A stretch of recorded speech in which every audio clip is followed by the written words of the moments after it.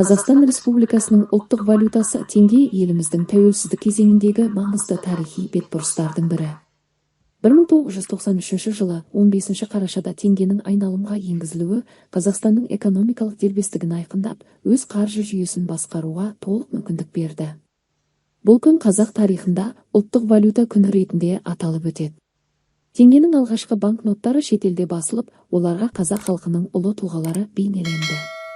Ал 1994-1995 жылдары Өскемен қаласында Қазақстанның өз монета сарайы ашылып, ұлттық валютаны толықтай өзімізде шығару басталды.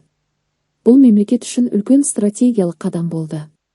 Уақыт өте келе теңгенің дизайны мен қорғаныс жүйесі бірнеше рет жаңартылып, халықаралық талаптарға сай жетілдірілді.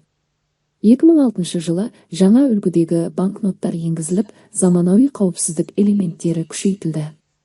Қазақстан теңгесі кейінгі жылдары әлемдік деңгейде бірнеше рет ең үздік және ең әсем банкнот ретінде марапатталып, ел беделін арттыра түсті.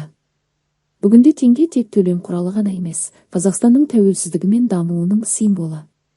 Ол мемлекетіміздің экономикалық тұрақтылығы мен халықтың әл-ауқатының негізгі көрсеткіштерінің бірі болып саналады.